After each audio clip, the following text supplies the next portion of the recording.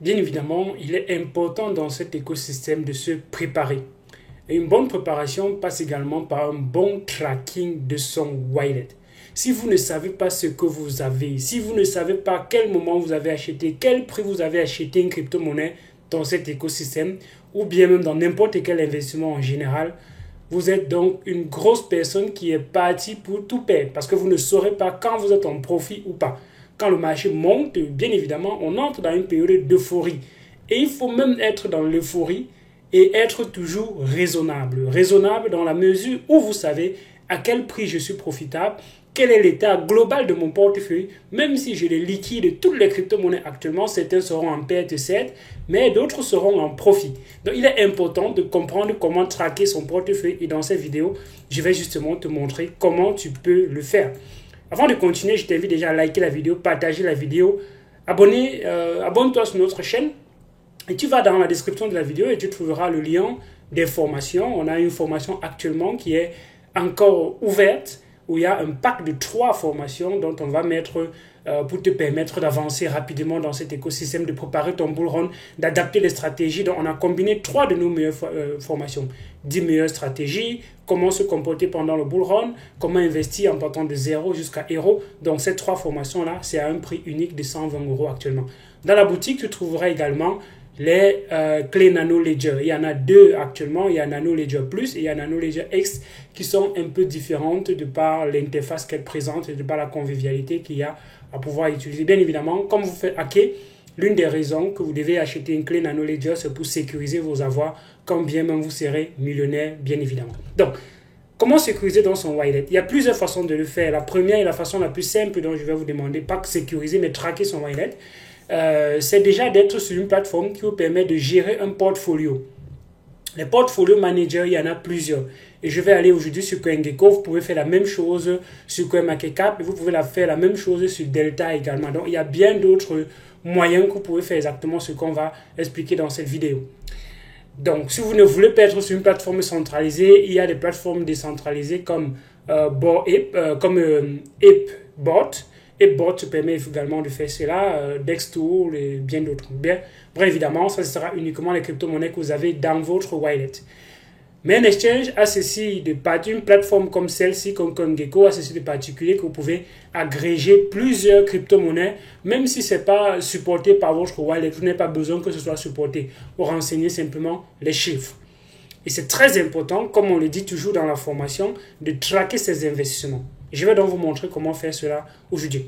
Sur CoinGecko, tu peux donc arriver et tu te connectes. Si tu as un compte là-bas, tu te connectes. Si tu n'as pas un compte, tu peux cliquer sur Sign Up et tu crées un compte. Une fois que tu as créé un compte, il y aura ici Portfolio. Dans le Portfolio, tu vas aller, on va cliquer dans Portfolio ici. Et on va arriver dans la liste de ton portfolio. Qu'est-ce qu'il y a dans ton portfolio actuellement? Ça, c'est un portfolio qui est vide. J'avais commencé à renseigner celui de CryptoEdu que je vais terminer et je vais vous donner cela, bien évidemment. Le lien du portfolio de CryptoEdu que vous pouvez traquer, je vais vous donner cela. Mais bon, bref, une fois que tu es arrivé ici, tu cliques sur Créer un portfolio. Créer portfolio. Et quand tu cliques portfolio, je vais faire test ici. Donc, je vais faire portefeuille test. D'accord? Portefeuille test. Dans ce portefeuille test, qu'est-ce que je vais faire dans ce portefeuille test? Ce portefeuille-ci. Je vais ajouter maintenant des crypto-monnaies. Je veux par exemple dire que j'ai acheté CI. OK? Et c'est ici, je vais dire Add Transaction. Ajouter une transaction, il y a plusieurs types de transactions. Transaction d'achat, transaction de vente, transaction de transfert. Transfert, ça veut dire que vous avez peut-être envoyé à quelqu'un d'autre, vous avez peut-être... Bref, vous avez transféré. Ce n'est plus dans votre portefeuille. D'accord? Donc ici, au niveau du bail, je peux dire, j'ai acheté le CI. J'ai acheté quelle quantité? J'ai acheté peut-être 1000 CI. Et j'ai acheté, mon prix d'achat, c'était 0, peut-être 15, 21. D'accord? Donc j'ai dépensé 210 $ pour acheter ces 1000 CI. Donc je vais cliquer sur Submit. Et vous pouvez ajouter d'autres frais. S'il y a certains frais qui s'ajoutent à votre transaction, par exemple, si c'est sur PancakeSwap, il y aura peut-être des frais que vous pouvez ajouter une note pour vous rappeler qu'effectivement cette transaction, si j'avais fait ça à quel moment donné, peut-être c'était pour mon salaire, peut-être on était, bref, tu peux renseigner ces informations-là ici et tu peux mettre également la date à laquelle tu as fait l'achat. C'est important de savoir la date à laquelle tu as fait l'achat parce que si tu as la date, tu peux te remonter au niveau du prix et voir effectivement quel était le prix à ce moment donné.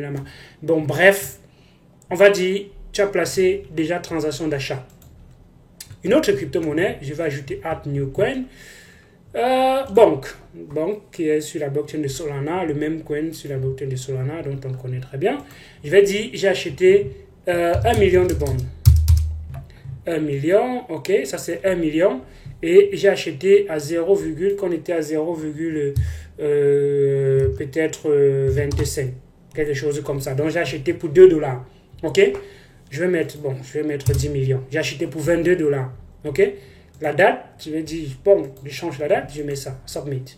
D'accord. Donc, rien que ces deux crypto-monnaies-ci, qu'est-ce qu'on voit ici comme information? On me dit, mon compte, mon solde actuellement, c'est à 195 dollars. Mais en réalité, qu'est-ce que j'ai fait? Mon portfolio a une perte de 36 dollars.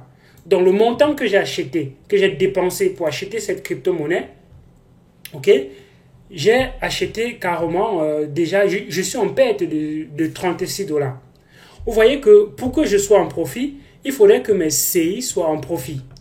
Donc, à un moment donné, il faudrait savoir si les pertes d'une crypto-monnaie récompensent les bénéfices d'une autre crypto-monnaie. Tu peux te rendre compte à un moment donné ici que le bonds a pris tellement de valeur et que ta perte, en fait, tu n'as pas de perte, tu es plutôt en profit parce que les profits engrangés par bonds ont masqué ou bien ont réduit les pertes, qui ont absorbé les pertes que tu as eues, par exemple avec CI.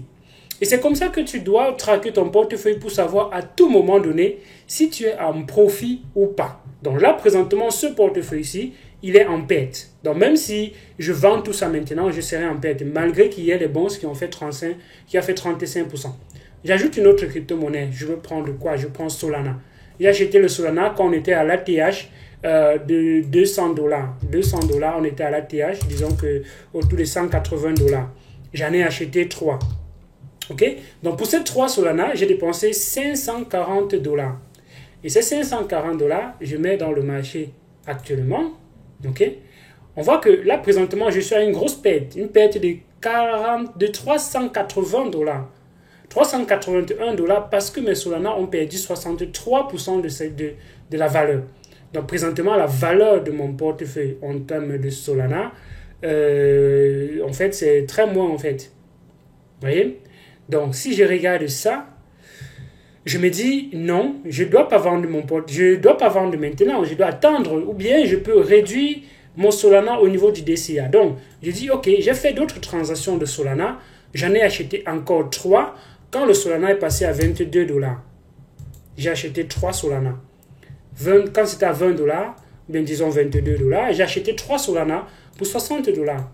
Et je mets Submit. Vous voyez que là maintenant, je ne suis plus à une perte de 381 dollars, mais je suis plutôt à une perte de 250 dollars. Vous comprenez là justement le rôle du dollar cost averaging. Ça permet de lisser les investissements. Ok? Et je peux faire avec autant de crypto-monnaies, avec autant. Si sur Solana, je revends une partie, je dis, ok, j'ai vendu un Solana. Quand on est passé à 65 là actuellement, je dis, ok, j'ai vendu un Solana. Et comme j'ai vendu un Solana, on voit que mon portefeuille, là actuellement, la quantité de holding,